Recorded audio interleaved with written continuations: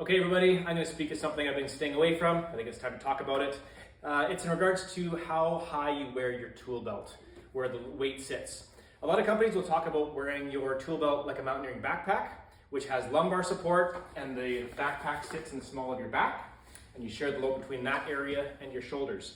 I'm going to give some pushback on that. I've done a fair bit of backpacking with heavy loads, and there's some major differences between backpacking and framing and construction.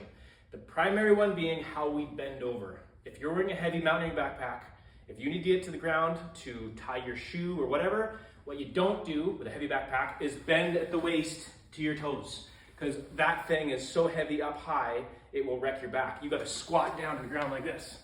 So when we're framing, we are all the time bent over the waist, reaching down to our feet.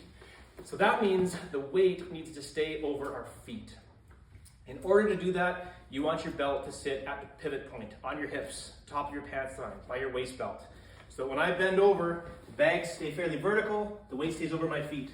When I'm wearing suspenders, my belt's a little bit loose, so when I'm standing upright, I'm bringing the load on my shoulders, right over my feet. As soon as I bend over a bit, my suspenders are now loose, I'm bringing the load on my thighs, and the weight again stays over my feet.